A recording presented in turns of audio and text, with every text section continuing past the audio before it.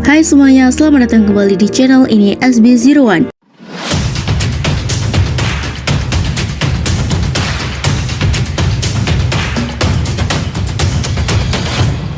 Channel yang bakal bahas alur cerita film yang seru dan menarik. Tanpa basa-basi lagi, kali ini kita bakal bahas alur cerita film yang berjudul Paglat. Cerita dalam film karya sutradara Umes Pis ini diadaptasi dari pengalaman pribadi seseorang janda muda yang tengah berusaha mencari jati dirinya. Janda muda tersebut diperankan oleh Sanya Malhotra sebagai Sandia.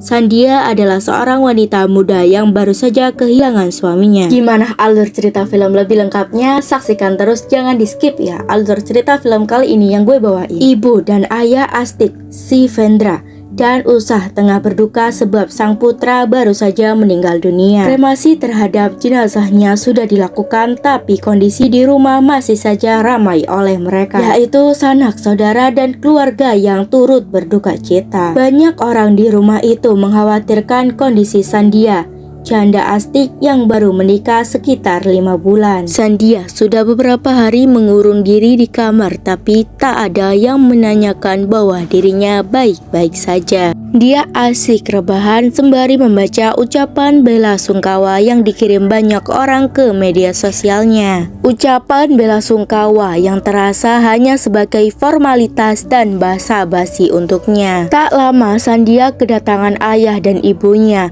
Alka Pandey dan Giris Pandey.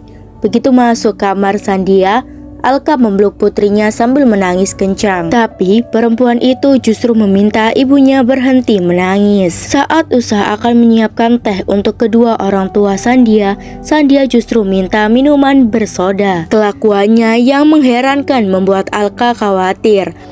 ऐसे टाइम पे पेप्सी ठीक है अम्मा.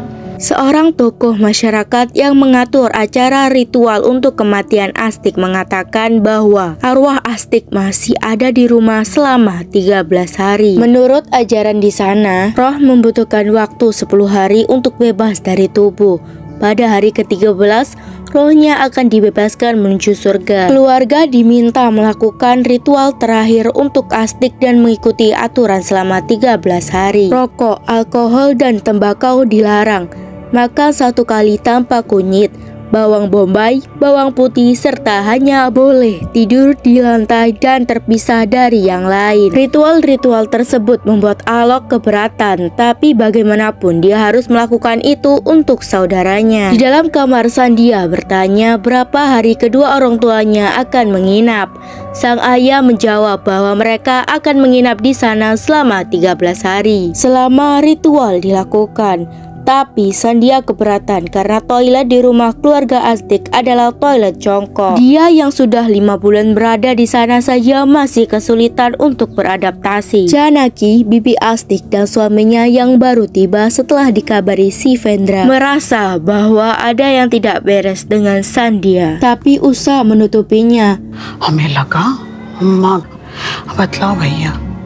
Tak berapa lama, seorang gadis bernama Nazia Zaidi datang ke rumah keluarga Astik.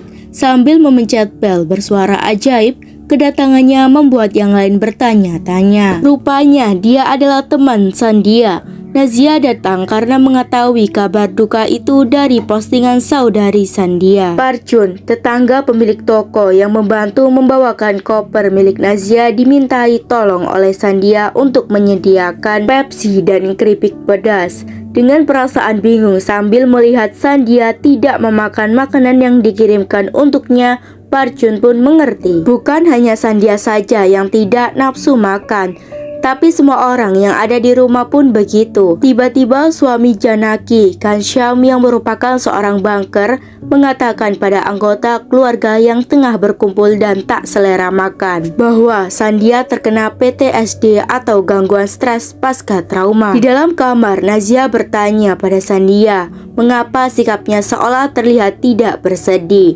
Perempuan itu mengatakan bahwa dia tidak ingin bersedih sebab saat dulu kucingnya tewas, Sandia bercerita dirinya tidak makan selama 3 hari untuk meratapinya. Sandia sebenarnya ingin kabur, tapi tidak bisa. Cerita berlanjut saat Alka masuk ke kamar putrinya secara mengejutkan sambil membawa kursi dan wajan. Sandia yang sedang asik membaca sambil memakan keripik buru-buru menyembunyikan kudapannya. Alka lalu meminta Nazia membawakan koran bekas dan meminta Sandia duduk di kursi yang dibawanya. Sang ibu juga meminta Nazia mencarikan batu atau apapun untuk menaruh wajan. Rupanya Alka akan melakukan ritual pada putrinya. Dia merasa Sandia diguna-guna sejak pertama melihatnya tadi. Perempuan itu merasa terhina karena ibunya masih percaya dengan tahayul. Sejak dia kecil hingga dewasa tidak ada yang berubah. Semua dikaitkan dengan guna-guna dan jimat. Seisi kamar kini sudah dipenuhi asap yang pekat dari ritual tersebut. Alka mengartikan itu adalah tanda bahwa roh yang menguasai Sandia begitu kuat. Sejurus kemudian, ibu mertua Sandia usah mengetuk pintu kamar. Ditemani Parchun sambil terisak usah mengatakan bahwa Paman Ghanshyam akan mengurus surat kematian Astik. Dia juga akan mengurus semua keperluan di bank. Oleh karena itu, Paman Ghanshyam membutuhkan semua dokumen bank Astik dan meminta Sandia menyiapkannya. Dengan ekspresi muka yang sulit ditebak, Sandia mulai membuka lemari Astik guna mencari dokumen yang diperlukan sang paman. Saat itulah dia menemukan sesuatu yang mengejutkan secara tidak sengaja. Sandia menemukan sebuah foto perempuan bertuliskan "Untuk sayangku" di bagian belakangnya. Wanita itu diketahui bernama Akansah. Ia akhirnya muncul di rumah duka bersama teman-teman sekantornya. Akansah sendiri juga terkejut dengan foto tersebut. Ia akhirnya menjelaskan kepada Sandia kalau mereka dahulu pernah berhubungan, namun berhenti setelah Sandia dan Astik menikah. Sandia tampaknya tidak puas dengan jawaban itu dan mulai menanyakan detail tertentu yang akhirnya menyakitkan bagi dirinya. Dan setelah ia sudah mulai tenang, ia akhirnya bisa menerima dan akhirnya memulai lagi pertemanannya dengan Akansah. Selanjutnya, Sandia menghadapi persoalan keuangan yang membelit mertuanya terkait acara pemakaman. Sandia dihadapkan dengan kerumitan ketika ia mendengar Astik memiliki sejumlah uang asuransi atas nama Sandia. Uang itu malah menjadi kemelut karena keluarga Astik mempertanyakan mengapa Astik malah memberikan uang ke istrinya dan bukan ke keluarganya. Padahal keluarga Astik berada dalam kondisi keuangan yang kurang baik. Lalu tiba-tiba seorang saudara Astik melamar Sandia di masa berduka tersebut. Atas semua kekisruhan yang terjadi, Sandia mengambil keputusan besar dan mengubah segala kondisi. Ia memutuskan untuk pergi meninggalkan kedua orang tuanya beserta keluarga Astik. Bersama Nazia, ia pergi ke bandara untuk mengembalikan foto Akansah kepadanya. Setelah itu, Nazia mengantarkan Sandia untuk pergi ke halte bis dan disinilah perjalanan film Paglight ini berakhir, di mana Sandia memutuskan memulai hidup baru dengan merantau atau hidup sendiri dan bekerja sendiri. Segitu aja alur cerita film yang kali ini gue bahas. Kalau kalian suka dengan channel ini, jangan lupa untuk klik tombol like, comment, dan subscribe. Terima kasih dan sampai jumpa di video selanjutnya.